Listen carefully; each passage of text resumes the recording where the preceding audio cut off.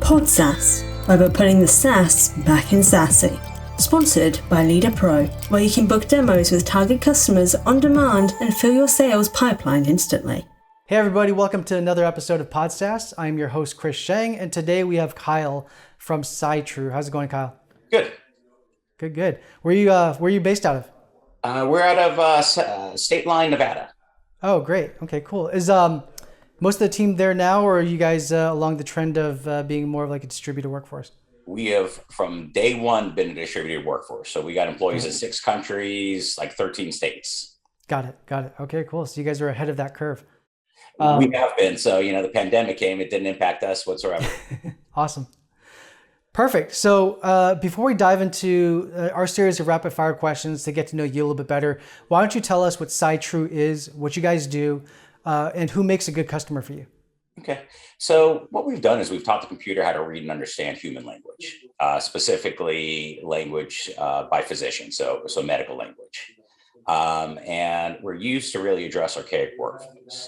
So in the United States, you have 4 to 6 billion pages of medical information created every year. And that medical information is needed upwards of 20 ways downstream. So unless you have 20 different people reading 4 to 6 billion pages of information, you have no way to really absorb content and be able to drive value. And so that's what SciTrue addresses, is really those archaic workflows by adding technology to be able to enable, or really specifically health plans and service providers to health plans, create automation in what was very manual, labor-intensive process prior to working with us.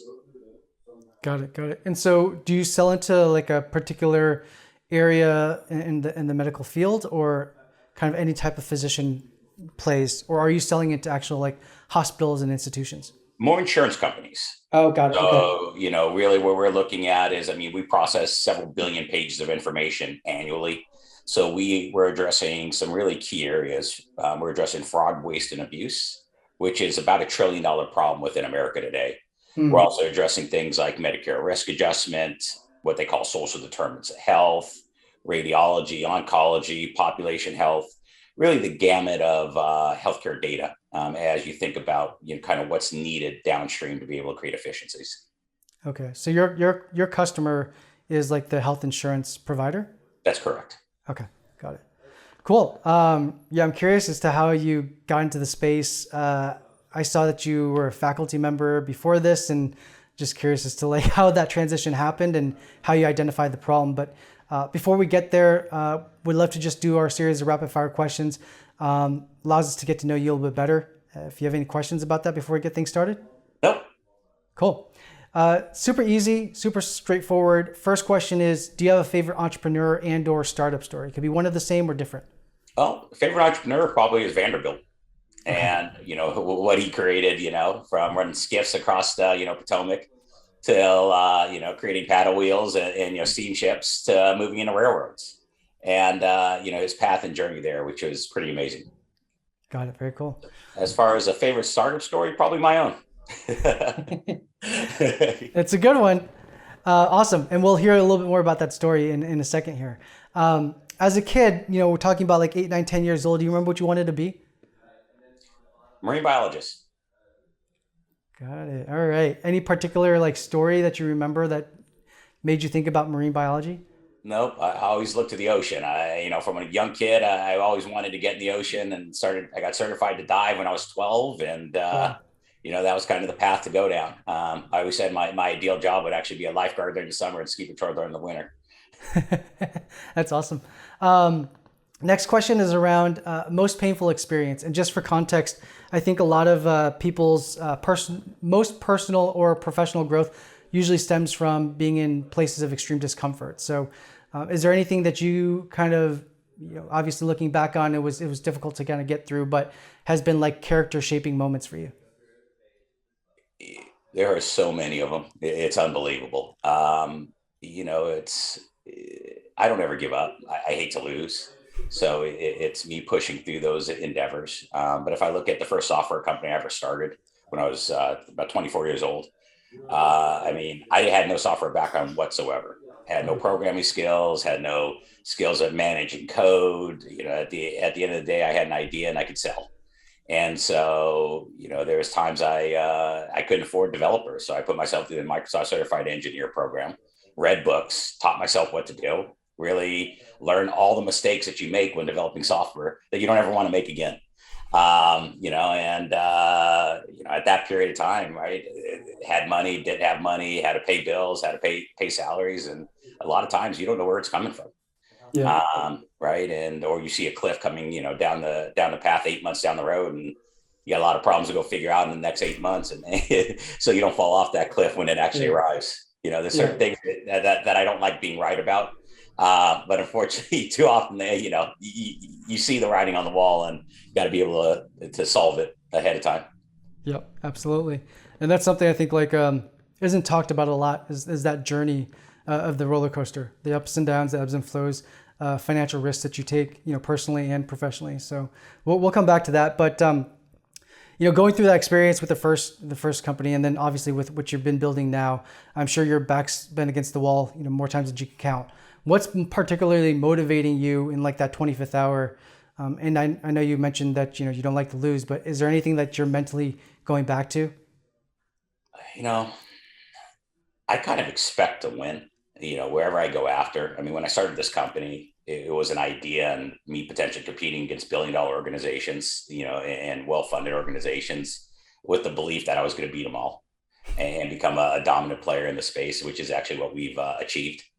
So, it's the people around me. If I look at, employees and families, I mean, I have 160 people that I'm responsible for, right? And to be able to make sure that their lives aren't impacted chasing my idea. Mm-hmm. So, that's a pretty big motivator.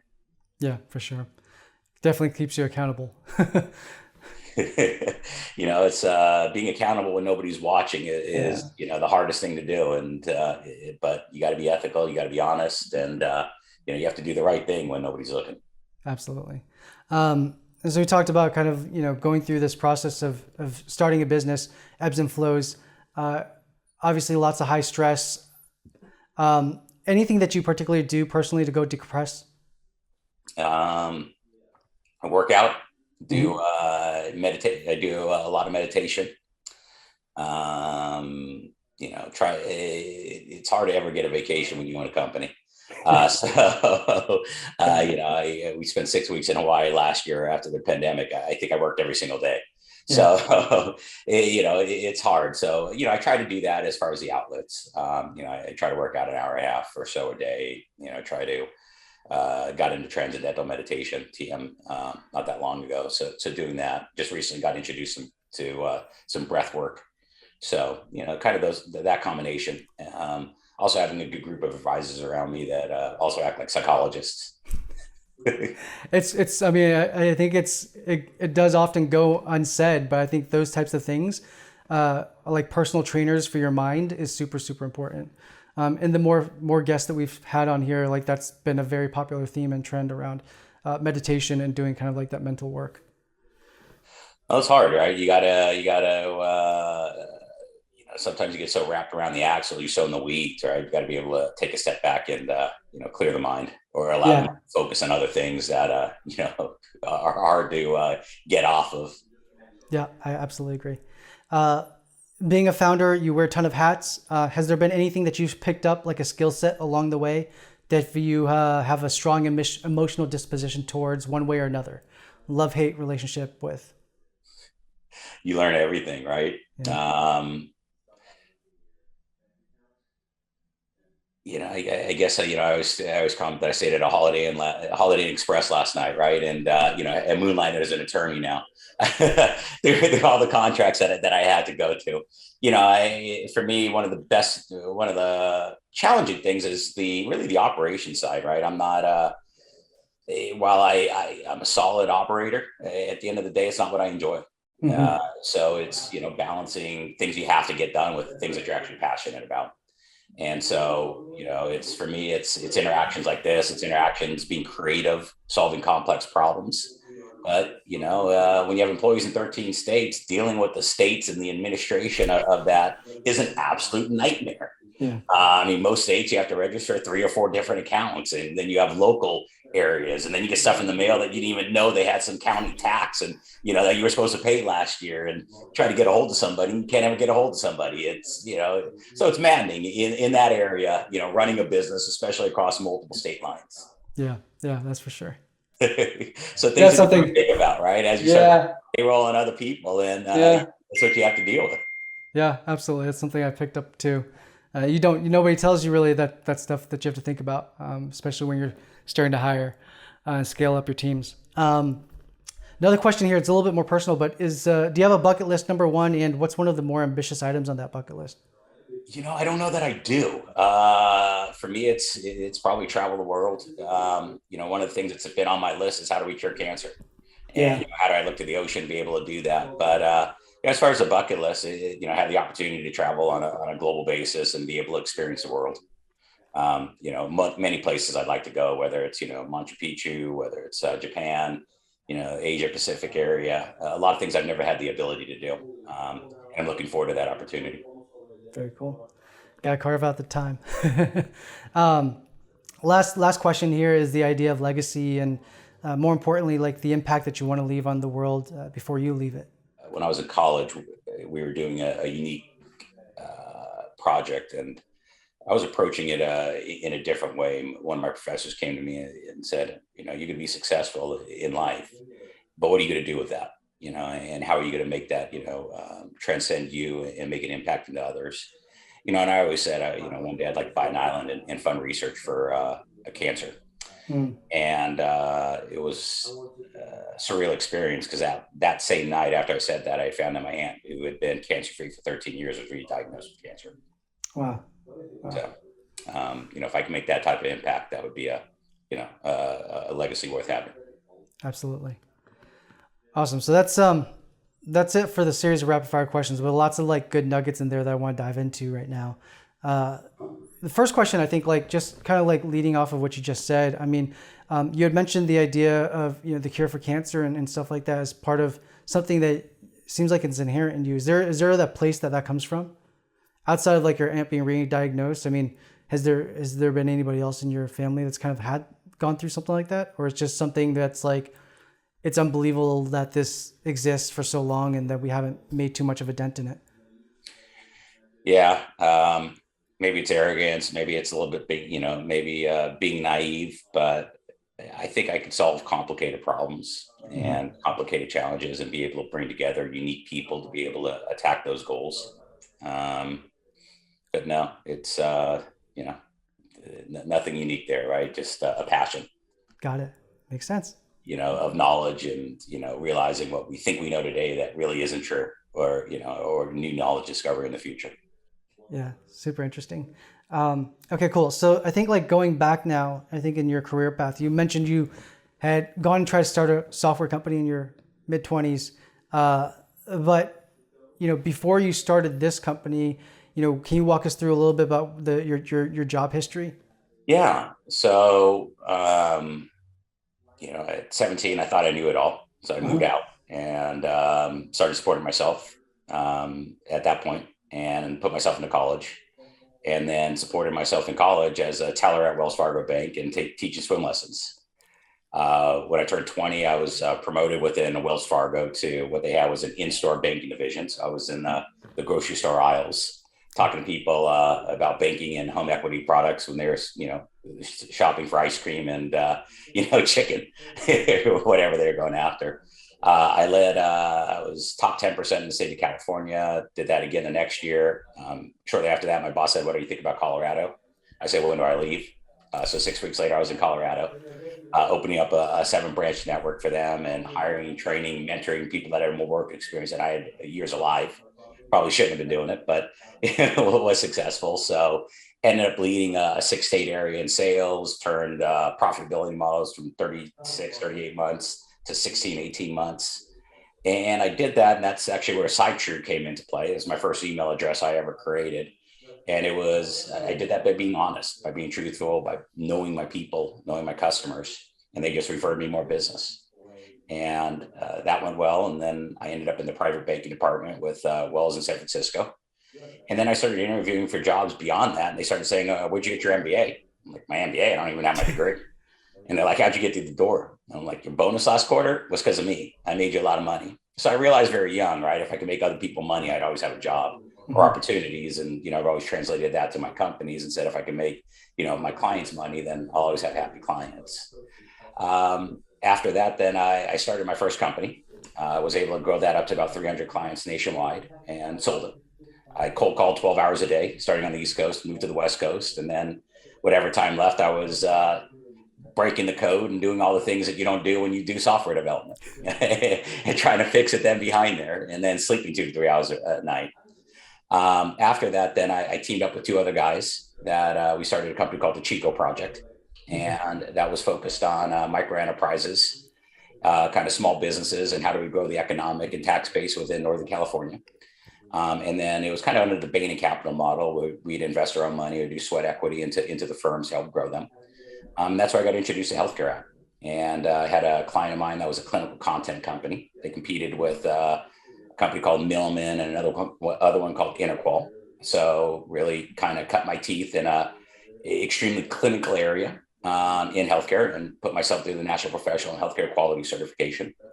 And then I wrote a white paper that said if I could get to concurrent coding and CPOE, I can automate this problem, which I saw as hundreds of billions of dollar problem, where we just sit, where hospitals are sitting there with the catcher's mitt waiting for people to show up, rather than addressing them in the community at a lower cost, at a lower point of care, which is beneficial for everybody. Shortly after there, I got turned on to a company called Language and Computing, which was one of the pioneers in the NLP space. And I looked at what they were doing and I said, that's the holy grail. This is what I've been talking about. This is what we need. So I actually sold my position in my company, and I got a job for the first time in a while. Wow. And, through that process, I ended up essentially getting a real world PhD in medical informatics. Because when I first walked into my first sales opportunity, I came in with a bunch of PhDs, and they had an 82 page PowerPoint presentation, essentially a dissertation to give to client, prospects. Mm-hmm. We didn't sell anything. So I said, okay, no, you guys are not coming with me anymore. I'm going to figure this out on my own, and we're going to go be successful. And so I would spend 4 to 5 hours a night with our team in Belgium, understanding what is natural language processing, what's machine learning, what's SNOMED, what's ICD-9, how do you use this, how do you use different techniques. And I was able to shorten my presentations to like 8 slides, and then we started closing business, and we started being successful. And so I helped them double their client base and increase their revs. And then they got acquired by Nuance. And then shortly after there, I found a gentleman with technology that he'd gotten from Columbia University. And that didn't go as well as I would have hoped, or I would have liked, let's just say. Brought him to a pretty big, offer, a buyout offer. But there's some things that happened and headwinds that occurred. So that didn't work out well. And then I had to go back to the drawing board and had to say, okay, what's next? I had a 1-year-old at the time, and I had a lot of experience in what I was doing. And so it's like, do I go find another job, or, do I swallow hard and start a company? And so after about a year of thinking, a year of designing, a year of saying, okay, what were all the reasons why I failed? Because at that point, I probably sold and implemented more of this technology than anybody else, which all that means is I failed more than most people. And so I was able to kind of design our NLP OS, which, kind of is game breaking or game changing in what we've created here. And those failures allowed me to build something that was going to make the market money, was going to make my clients money, and be able to address many different areas within healthcare with one product or one SaaS-based solution. And so with a 2-year-old and a baby and a 1-month-old, I started SciTrue. Wow. Okay. And that was almost 10 years ago now, right? It was, yes. Into December, it'll be 10 years. Wow. Congratulations. That is no small feat for sure. A lot of things I kind of want to dive into there, but the idea you mentioned, you failed more than most, and I think the importance of failure. Can you speak to that and kind of what that experience was like for you? I think a lot of people are inherently just afraid of failing. And so they don't even try to even take the first step. They'll talk them out of what's going to happen in the 10th step, when in reality, most of the times they're never even going to get to that 10th step. So curious as to like your thought process around failure. How do you handle it? How have you looked at it? Was there, has that always been something that you deemed to be a part of the learning experience, or was there an earlier part of your life where like that kicked in and you figured that's essential to kind of like growing? I always tell people fail faster. Mm-hmm. In what they do. And I tell my team that too. I mean, at the end of the day, I'm a sales guy. Yeah, failure is inherent in what you do, right? You got to fail more than you succeed. But for me, I expect to win every time I go into something. And for the most part, we do. When I don't win, I take that very, very hard. And I learn from that. I grow from that. I get better from it. So I don't ever fail the same way twice. I may fail again, but I'm not going to fail the same way, right? I'm not going to allow those lessons that I learned. And I don't celebrate successes. Again, I assume that we're going to be successful, so I never really celebrate those. But when I don't win, then it's hard for me, and I take it hard. And, you kind of have to regroup, learn from that, and then be able to move on. Where do you think that comes from? It's, I equate this a lot to when I was playing sports as a kid. We, had teams that we always won. I mean, we always won championships. We always won the area. And so, like Vince Lombardi says, winning's a habit, so is losing. And, if you have a habit of winning, you expect to win all the time. And you don't get yourself in this culture of losing. And so for me, it really is that. It's an expectation that I'm going to win every single time I go into something. And then when I don't, it's hard, right? So I don't know where it came from. It's who I am innately, right? And that's who I am as a being. Awesome. And so let's go back to the SciTrue story, right? So you said you spent better part of a year learning from your previous failure, and then coming up with the idea as well as, I guess, the business model for SciTrue. So walk us through a little bit more about how the early days of SciTrue began. Did you have a co-founder or a partner? Did you bootstrap this from the very beginning? How was that? And what were kind of like those first few months to a year looking like as you're building a product? Yeah. I mean, I had 130 grand. That's what I started this company with. Bootstrapped it. I was a founder of the company. I didn't have a co-founder. I got introduced to my CTO a couple months after I started the company. And then he joined me pretty quickly. And we kept our head down for the first year and a half before we even brought on a client, just to make sure when we came to market that we had something that was meaningful. And when we first came to market, one of our first big clients was the largest radiology group in the world, or one of them. And we displaced Optum. So, all of a sudden, it appeared like we had something, and had an opportunity there. And so then the team grew by 50%. We added my chief data scientist, and then my chief medical officer joined us. And, it was a slow organic growth curve from there. Got it. And how about that? So you mentioned like heads down for the first year and a half. What does that look like from your perspective, right? Like you obviously as a salesperson could go out, make a lucrative career. You're used to something coming in, probably, I'm sure, fairly comfortably, but now you're like heads down, bootstrapping it.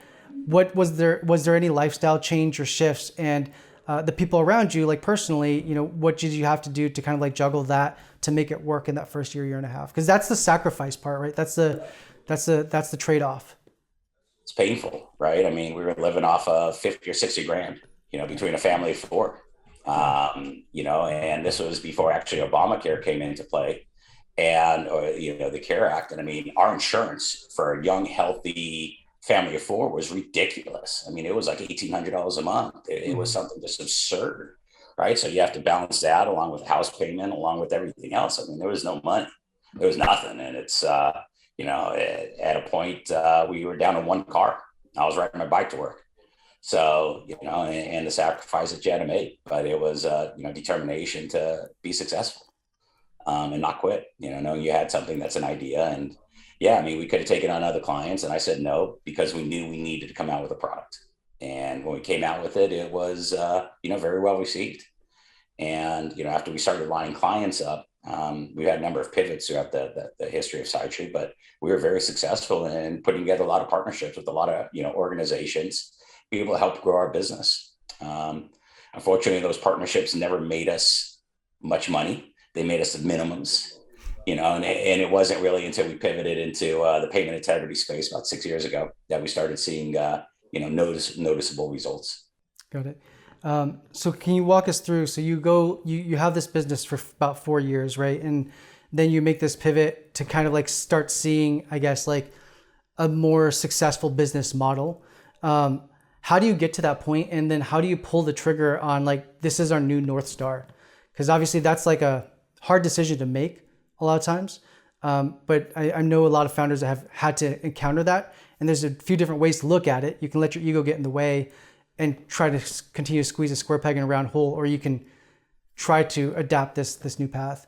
An investment banker named Brian Friedman, I'll give Brian a shout out here, essentially told me after we had landed Humana in the payment integrity space, if you don't go after this space, you're absolutely crazy. Okay. And he goes, what are you doing in radiology? What are you doing in all this other partnerships? Like, you're nuts. You have an opportunity here to create something. And, we had just landed Humana, one of the largest organizations in this space, one of the most innovative. And it was enough putting my own our destiny into other people's hands, other salespeople's hands. And so it was, okay, we have to call clients. So I called $500,000 of revenue out of the company, which was a hard decision to make, and started terminating clients when their contracts came up because they weren't making us the money they should have made us, whatever the reasons were, right, that we didn't get there. It doesn't matter. It was the right decision to make. And then it took us about 1.5 years off that pivot. And then we landed HMS, then we landed Captivity, and then we landed Sirius. And, we just started growing in this area. And so the pivot ended up proving extremely successful. Got it. As you're going, when you make that pivot, though, was there any moments of uncertainty, or was it just taking this putting it all kind of like in faith and I guess like advisors, right? Like and hearing from other third parties. But what gave you the confidence, I guess, is like the question as to, this is where we need to go. Outside of just that investment banker making those statements, anything else like data driven wise that you saw that was like, okay, I'm seeing the signs? I think, and I still think today, we're probably one of the only companies, if the only company in America that could do what we're doing. Mm-hmm. And so realizing that and seeing that, it was a time to really exploit what we've created, and go after it. And I saw it. I saw the writing on the wall. I mean, I saw $1 trillion opportunity here in what we can address as a marketplace. So it was, when we made it, you jump in with both feet and go after it, and the good thing about decisions is you always can make another one. Yeah. And you said the team now is what, 160, or how many people now? No, we have about 40 people, just under 40 people now. Okay. 40 people now. Okay, cool. And so, with where you are now, where do you imagine like the next 5 years going? I mean, do you feel like there's a lot of room to claim more market share in this space, add additional, revenue streams, expand into having a larger footprint within the existing organizations that you're working with now? Without a doubt. Absolutely. So we see a huge opportunity in the marketplace to be able to, bring some unique models to health plans, to be able to really help them make money, and be able to help them grow. And we have some news coming out next week that will, kind of help us solidify this too, in what we're doing. So really, from a growth and market expansion opportunity, it's a wide open playing field right now. And I think the impact that we can make in every single health plan in America, I mean, I know we could come in and save everybody $50 million almost overnight, right, in what we do. And that's just scratching the surface. Got it. In the longer term vision of this, you had mentioned that going after the cure for cancer, is at some point maybe on your life path. But do you foresee, getting SciTrue to a certain size stage where, you feel like you're going to be comfortable with like, okay, I've gotten it to where it can go, or this is, I need to move to another chapter. Do you think of that, or like, is there other goals that you're looking to do, or is this like going to fulfill all the itches? No, by no means. By no means. So I've been very fortunate and been very lucky. So actually, I sold SciTrue 2.5 weeks ago. Oh, wow. Okay. The press release hasn't come out yet. It'll be out next week. But what we've done is we've teamed forces with another company called Claim Logic Okay. that is addressing a different area of this space, and it's going to be able to bring us together with a total company size of maybe just under 200 people. And it's going to be able to allow us a really unique, market opportunity to address the problems that we have. So, given that scenario, it's going to free me up to be able to pursue other passions in life. Awesome. Well, congratulations on that. That's awesome. Thank you. How did you kind of come to that decision, just to ultimately like sell the company? It's as any of your founders know, starting and running companies hard. Yeah. 10 years of you doing everything, it's and growing it to, a certain point is it's challenging. Yeah. And, and everything's 100% on you. So, looking at it to be able to, share that risk a little bit more, and to be able to bring in other unique talent was key. And what I saw is that we had to scale and as a business, and I needed to make other investments. And, as we looked at this combination that we did, it was a very much complementary play where they have stuff that we don't have, and we have a lot of stuff that they don't have. And as we start mixing the two together, it becomes a real opportunity to address the market from a lot of unique vantage points. We were able to put together a top tier talent team that's coming in to be able to transform these organizations and really take them to the next level. So it was looking at those synergies there. We could, probably could have continued, could have, pushed forward, but everything made a lot of sense, as we looked at it, and the combination of the two assets made a lot of sense. So ultimately, I wasn't looking to sell. I got approached, and as we looked at it, it did. It made all the sense in the world. Yeah, and that's usually I feel like that's usually like the exit stories. It's like they're not. No founders necessarily like in that position when you're actively looking that it happens. It seems to happen a lot of the times organically, where they get to a certain place and they've been on a radar, and then a conversation starts, and it seems to be an organic fit. So again, that's a great success, an outcome for you, right? So anything that you're particularly excited about as a result of that, personally or professionally? Yeah, well, I'll be able to start knocking some of my bucket list items off. Right, there you go. It really is. It's going to be seeing the true expansion of what we can do and bringing the right forces to play. And being able to address the market. I mean, you're talking to a guy that was doing all the sales, was doing a lot of the marketing, was doing operations, payroll, right? All of this. And to be able to allow me to lead an organization and not be in the weeds every single day. And I think that's the hardest thing, right? As a CEO founder, is getting up and being able to see the playing field. Right. We get we're in the weeds so often that we can't see what's, around us, or, you get so sucked into that. And if you're truly going to lead, you got to be above that. And you got to be able to see the field and be able to put the people in the right places. So I'm excited that we've been able to do that.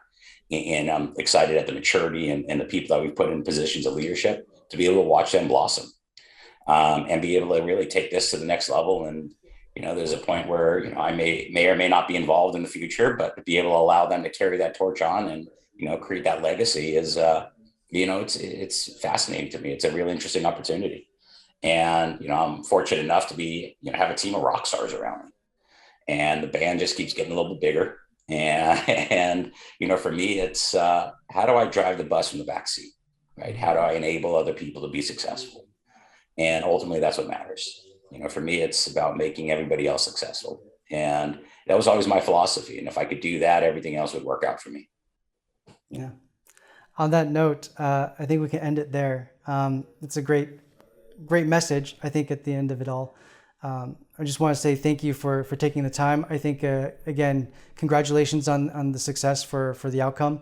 I'm sure I'm sure because you're kind of preaching to the choir, and a lot of the guests that have been on here, I'd say like at least 60, 70% of them have been down that roller coaster and the ups and downs of what that actually looks like, the emotional ups and downs, right? Like and the people around them that it actually impacts. I know some of the listeners, may or may not have had that firsthand experience, but yeah, I can only empathize to how it must feel to have that win right now. It's fantastic. I mean, it's to take something from an idea, right? Yeah. Conceptual, doesn't exist, to what we've been able to create. I mean, I don't know that it's been enough time where it's really sunk in yet, but from what people tell me on the outside looking in, I mean, what an amazing story, right? For me, it was always expected, right? This is what we were going to do, and this is how we were going to achieve it. And, we've been able to call our shots and hit them. Yeah. But to that point, right, nobody could teach you the trials and tribulations of being an entrepreneur and what you have to go through and what you have to endure, and the amount of pain that you have to endure to be able to achieve that goal. Yeah, absolutely. Well, I'm sure when you're climbing Machu Picchu, you're going to have a moment, and I'm sure you're probably going to have some self-reflection there, and it might just hit you at that moment. You know what I mean? It's going to get you, though. It's going to catch up. I guarantee you'll probably catch up at some point, and you're just going to be like, holy shit, that happened. And again, that's amazing. Yeah. Love the story. Thank you for your time today. I mean, this has been fantastic. It's been fun. Yeah, same here. Thank you so much.